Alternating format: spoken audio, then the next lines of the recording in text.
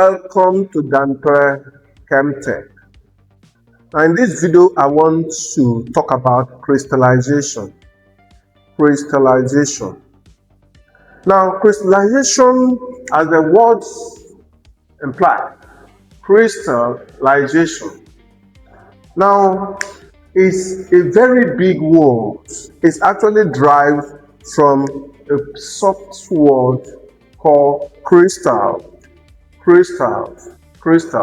So to understand what is crystallization, we should first of all talk about crystals. Now, crystals is actually a three-dimensional array of molecules of a given compound.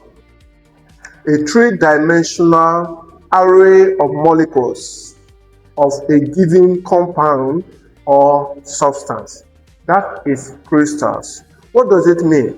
Crystals are substances. I mean a particle that exists in three-dimensional structure where it has a definite shape. That is crystals. Crystals have, it means what we are saying is crystals have definite shape. Now, and we talk about shape is three-dimensional in structure. That is crystal. Now, when we talk about crystallization, we are talking about the formation of crystals. The formation of crystal is called crystallization. Now, in a process where molecules of similar or molecules of the same compound come together to form a three-dimensional array of molecules, that is called crystallization. Now, ordinarily, the molecules are invisible, cannot be seen with the ordinary eye except with the instrument or the help of microscope, electron microscope, else you cannot see molecules. But when different molecules come together to form crystal, then you can see a substance in crystal form with a definite structure. Now, and I have said what is crystallization. Now, it's very, very important. It's a method of separation in chemistry. And when we talk about method of separation, when you separate a substance of interest from substance of no value or substance that are not needed, that are in that mixture, actually you are purifying that substance of interest you are separating from the mixture. So it's a method of purification. Now we're talking about crystallization. Now I want you to understand that the different methods of separation in chemistry that was introduced to you, possibly at your ordinary level, if you are separating a mixture of solid and liquid, filtration can be used as a method to separate. Example, water and sand mixture. You can actually separate with filtration. Or decanting. You can use decantation to separate sand from water. Now, if you are having a liquid mixture, for example, alcohol and water in mixture, very soluble, the method for separation, what you do is distillation. Now, the factor to consider in distillation is their variation or difference in boiling points. But when two solids are mixed together, how do you separate two solids that are mixed together, if these two solids are organic compounds, or one is an organic compound and the other might not be an organic compound, the method crystallization can be employed to separate that mixture. Now, simply, crystallization is actually you dissolve that substance of interest and then you allow it to form crystals again.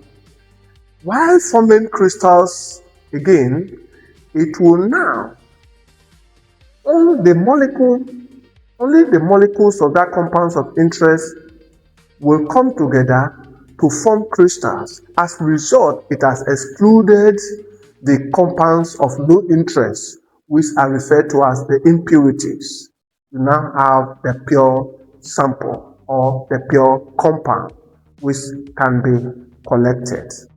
Now, in the laboratory, we want to carry out a crystallization experiment. It's very, very important. Certain things, 7 steps in particular, you must consider. 7 steps in particular, you must consider. But before I go into that, don't forget, crystallization can only be used to separate a solid organic compound from impurities. Only solid organic compounds can be separated from its impurities using crystallization methods. Now, 7 points in crystallization. Number 1, you are expected to choose a soil solvent.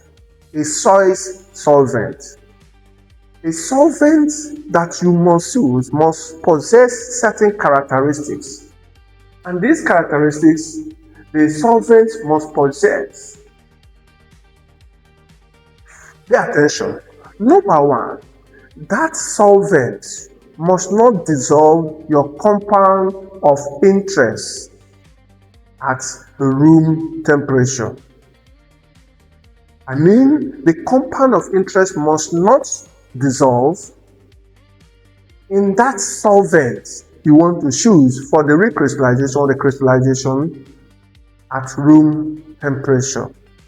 Number 2, the compound of interest must dissolve in that solvent at higher temperatures, particularly temperatures close to the boiling point of that solvent. That compound of interest, compound you want to purify, must dissolve in that solvent at higher temperatures. Number 3, the compound of interest should be able to form crystals back or form solids back at lower temperatures when the temperature is reduced back to lower temperature, room temperature or below room temperature. That compound of interest should be able to form crystals again, else it cannot be accepted as good solvent for the crystallization of that compound of interest. So that is about solvent. So number 1 is choice of solvent. You choose solvents. Number 2, what you do next, after you have chosen your solvent, what you do is you dissolve the solute, which is the compound or the substance you want to purify, which is called the solute. Now, you dissolve your solute in that solvent. That is number 2 step. You dissolve the solute in the solvents. Now, how do you dissolve the solute in the solvent? Being that the solute cannot dissolve in that compound, in that solvent rather, in lower temperatures. What you do, you heat it to higher temperature, either in water bath or sand baths. As a result, when you get to higher temperature, close to the boiling point of the solvent, they sample the compound of interest can dissolve. The number 3 step is you decolorize. You decolorize the compound or decolorize the solute. And the solute of interest being impure, now being as an impure, the color might not be pure. There'll be a contaminations. As a result, the color can change, can impact color in that impure compound. So you can decolorize the compound. Now, how do you decolorize the compound? With the help of activated charcoal or activated carbon, you can use to decolorize the compound. So at the step of decolorize the compound, what do? You add a little quantity of activated charcoal in that dissolved solution or mixture. That is after you have dissolved the solute, you add your charcoal. That is called decolorize the solute. After that is done, the next thing you do is this. You are expected to take that sample, that mixture, back into your Bunsen burner, and then what do? You heat it again for a while, but the solvent must not be heat to boiling. And you heat it to near boiling, making sure that all your solute is dissolved, and then you return it back. And then the next thing you do, you filter. The next step, you filter suspended solid. Any solid that is impurity, that is not dissolved at that temperature, you filter to remove your activated charcoal you added and solid suspensions. And then the next thing you do is you crystallize the solutes. You crystallize the solute. How do you crystallize the solute? You allow the reaction mixture or the solution to cool to room temperature. Then thereafter, you take it to ice water baths. And then when the temperature is reduced through the help of the ice water bath, you start seeing crystals forming. And when the crystals form, what do? The next step is this. You collect your crystals. How do you collect your crystals? You filter through the filter paper to collect your crystals. You collect your crystals by filtration. Then thereafter, what next you do is you dry your pure compound. At that point, the compound is now in pure crystal state, where you can actually observe the sample or the compound, and you should be able to define the shape of the crystals of that compound. Now, organic compounds exist in crystal states, and now they have shapes. Now, the shapes they exist, they are in shapes.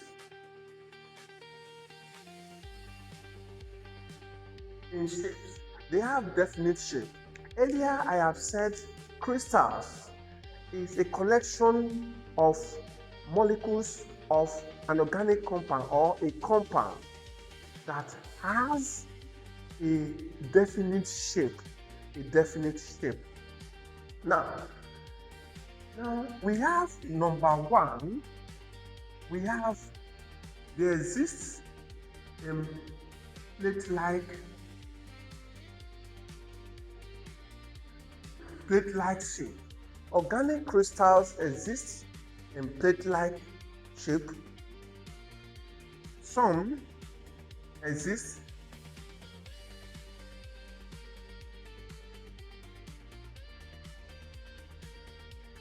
needle-like. Some, the shape of the crystal is needle-like, and then some is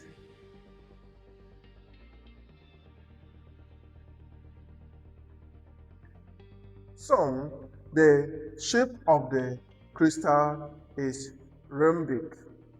Now, let's narrow ourselves to these three shapes of crystals. Now, when you say plate-like, when you look at the crystals and you observe, you look at them, they are flat in nature. They are flat in nature.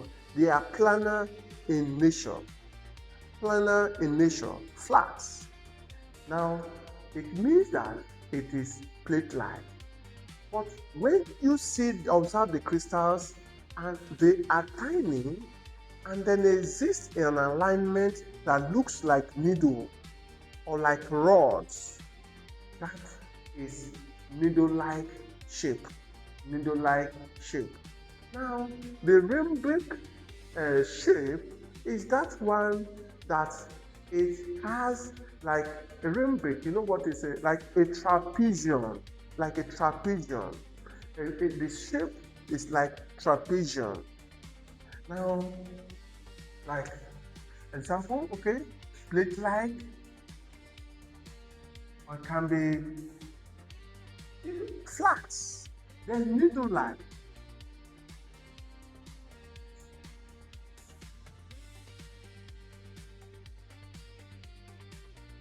That's what they are.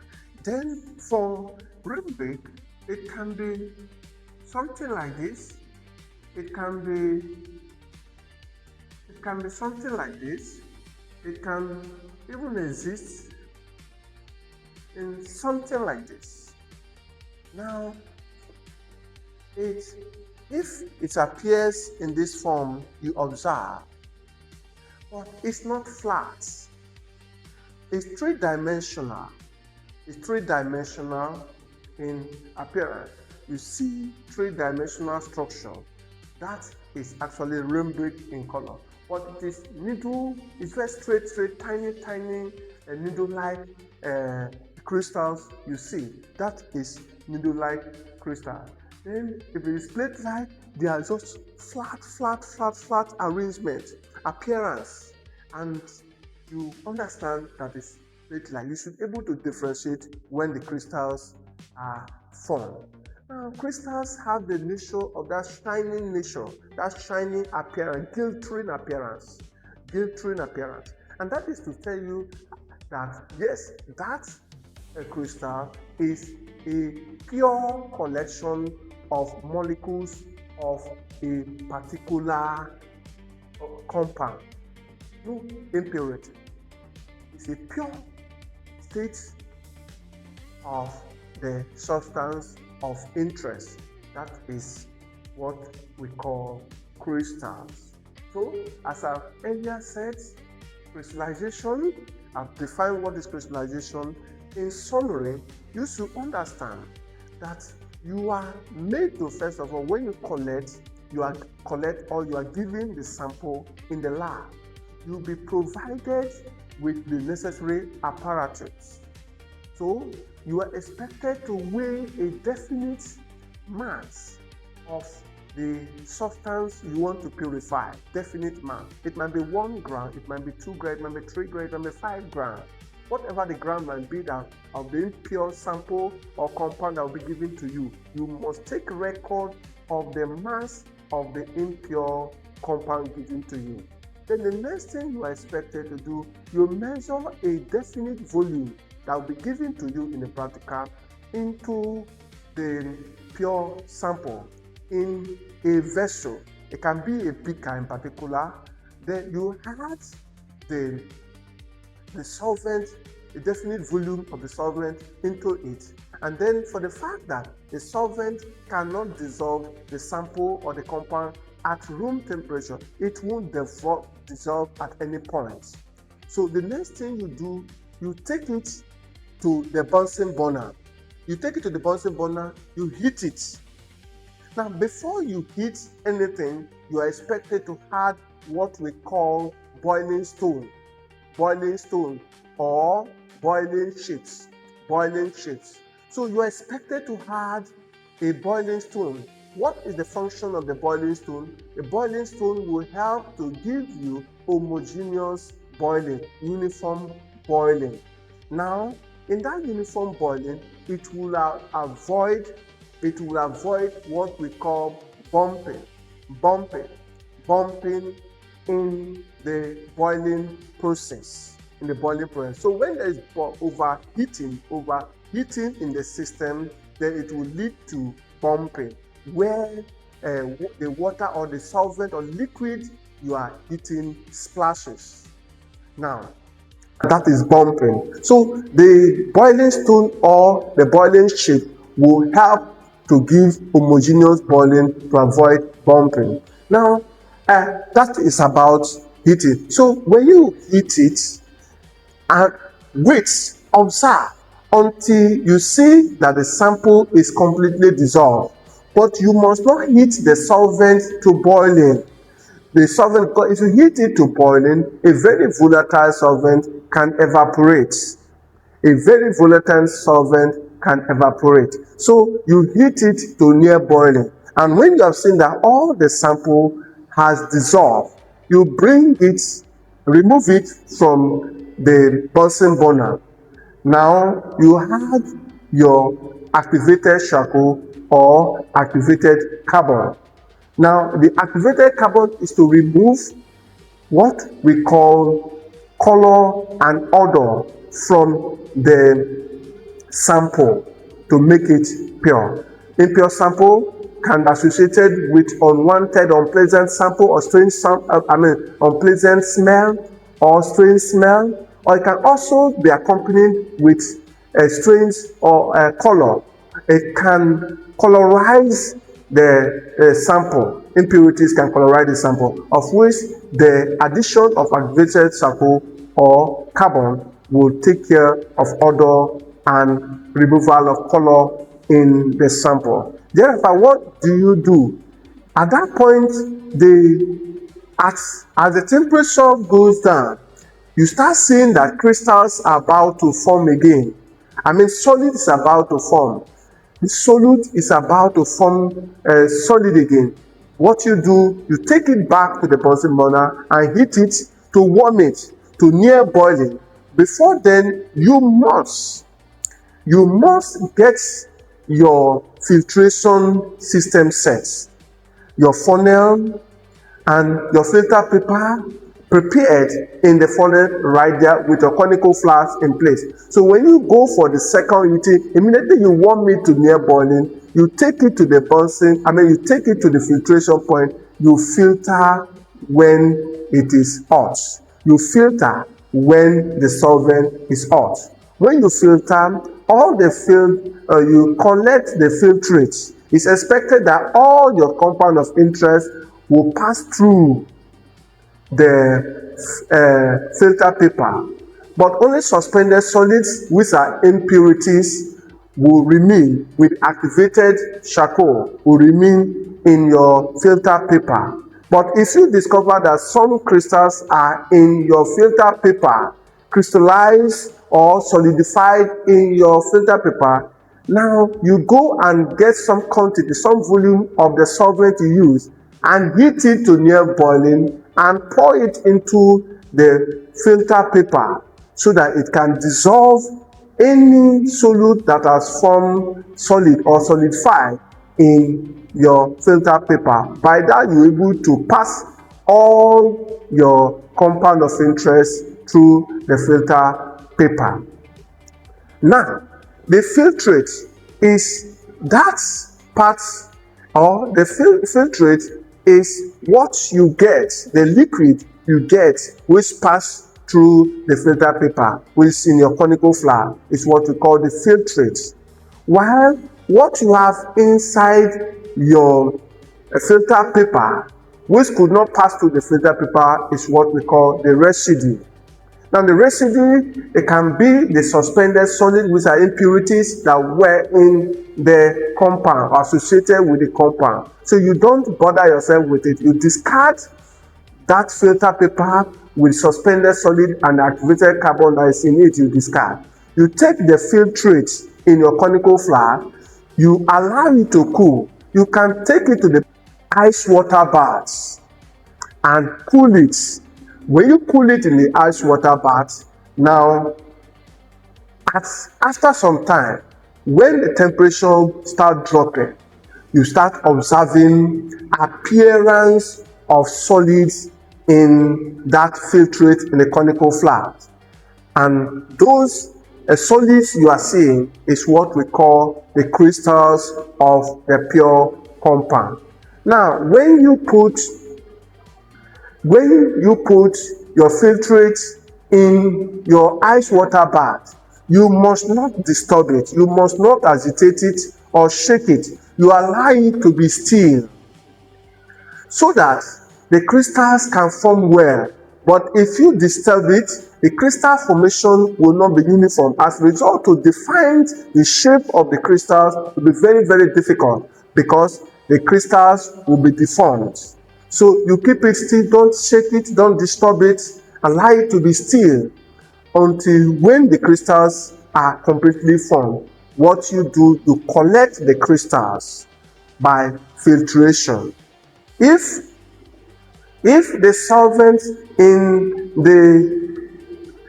the conical flask is not enough for the crystals to come out, you add some quantity of your solvent to it. Some quantity of your solvent, not hot solvent, but cool normal solvent into your container, your vessel containing the crystals. Then that will enable you to collect all of them through the filter paper. You collect them in the filter paper so that the crystals can be in the filter paper while the solvent can pass through the filter paper. So in this second filtration, your crystals are now in your filter paper. Now you expose it to dry, and then when it is dry, you take it to the weighing balance and weigh to know the weight of the pure sample. Before then, you should know the weight of your filter paper, the weight of the filter paper. So after you weigh, you subtract, because you are weighing it, the sample or the pure compound plus the filter paper. So you, after weighing and taking note of that, you weigh the filter paper differently so that you can subtract to know the mass of your pure compound. You are expected to calculate percentage yield. You are expected to calculate percentage yield. Percentage yield is always the pure sample over impure sample times 100. Pure sample over impure sample times 100. What does it mean? The weight of the pure sample over the weight of the impure sample, or the weight of the pure compound over the weight of the impure compound times 100. The weight of the impure compound is the weight of the sample that was measured and given to you, which was the impure sample. Then the weight of the pure sample is the weight of the pure crystals you weigh after you have crystallized and dried. That is the weight of the pure sample. That's the way to calculate percentage yield in that your crystallization experiment. Now you'll be assessed how your ability to recover all the crystals. If the crystals are wasted, are thrown away, and then the percentage yield is low, then you are said to have lose marks. You lose marks.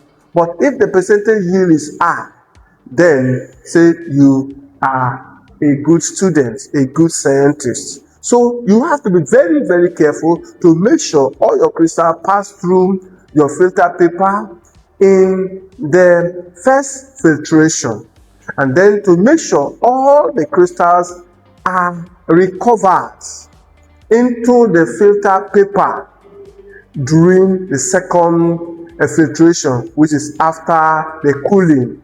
You should be able to collect all your crystals from the vessel you use to crystallize that sample. So with that, you're able to have a good result. Now, please, cautions are very, very important.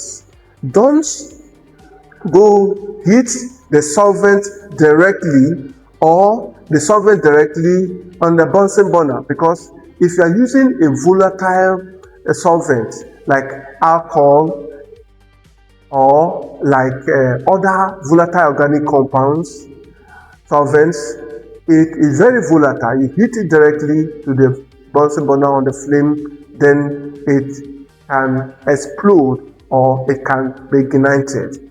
So what you do is water bath can be prepared. So you heat it in water bath, put it in a water bath, and then let it be the pattern for the heating process.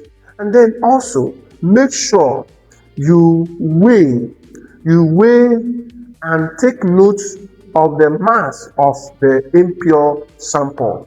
Take caution of that. And then during recovering of the pure crystal, make sure you recover all to be weighed so that you can get the actual or relative weight of the pure sample.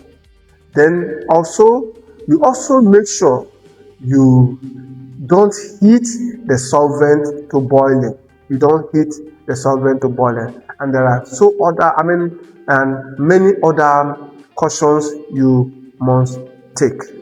The lab instructor will guide you in everything. Any area you are not clear with, you approach the lab instructor. Lab instructor should be able to direct you, most especially when you are not good at this experiment. Report all accidents to the lab instructor so that appropriate action or remedies can be taken. Stand by for the demonstration. Materials: the wind balance, new conical flags, heat big gun, funnel, stirring rod if necessary, boiling chips, boiling stone,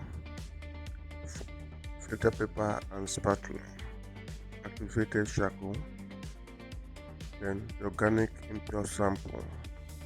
In this case, it's benzoic acid that is used. Now you weigh the prescribed mass of your sample. Before then, you put the container you want to use to measure and par the mass of it by pressing par or 0 in your weighing balance. That will zero the weight of the container before you add your sample you want to weigh. With that, the weighing balance can only recognize or account for the mass of the sample you are weighing. Now you weigh relatively exact prescribed mass. Now this was 3 grams. Now you add your solvent to the sample. The volume prescribes you add to your sample. Therefore, you add your boiling chip and then take it to the Bunsen burner and heat. And this is solvent is water and the sample is benzoic acid. So water is not that volatile, it's not volatile. So that's why it's heated directly on the Bunsen burner. But when volatile organic solvents are used, like methanol, ethanol, or diethyl ether, you can't heat directly. It has to be with water bath. Now, after heating and the sample is dissolved, remove it from the Bunsen burner. You add the activated charcoal. Now, the activated charcoal, the purpose of it is stated in the discussion and the explanation. You stir, then you take it back to the Bunsen burner to heat it while. In this second heating, what you do, you get your filtration ready because you are filtering while the mixture is hot, so that all your sample rather, can pass through the filter paper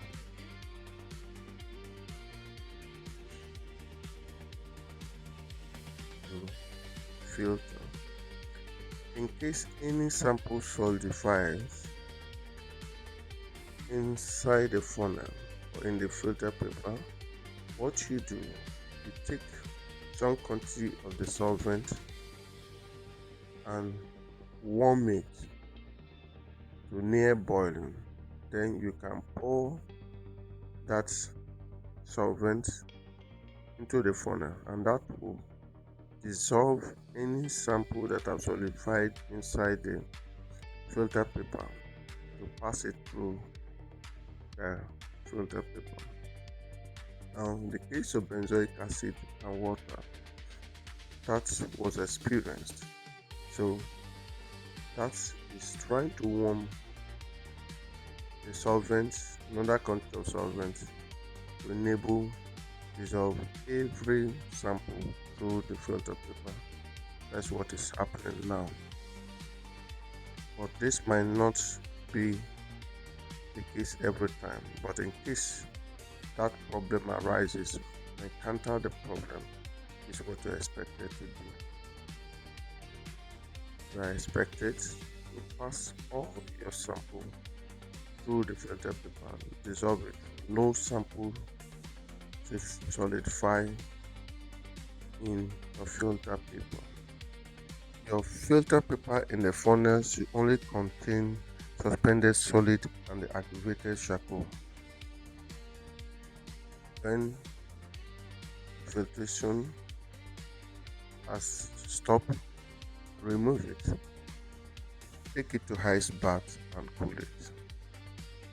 Immediately crystals are completely formed, you remove it for filtration to collect your pure sample. Get your filtration set. You filter to collect your sample. Try as much as possible to remove all the sample from the conical flask so that you can account for all your pure sample. Then once the filtration is done, it's ready for dry. For volatile organic compound, for volatile solvents, you don't need to try it in sun or air dry. You just expose it, open it for a while, then you discover that it will dry within a few minutes. But for other non-volatile solvents like water, you need to air dry before you can weigh. When you weigh, you are weighing with the filter paper. So you need to subtract the weight of the filter paper after you have taken note of the weight of the filter paper plus the sample. By that you weigh the filter paper differently after you have removed your sample carefully. Then you're able to do subtraction to account for the weight of the pure sample. You are ready to calculate percentage yield. You are good to go.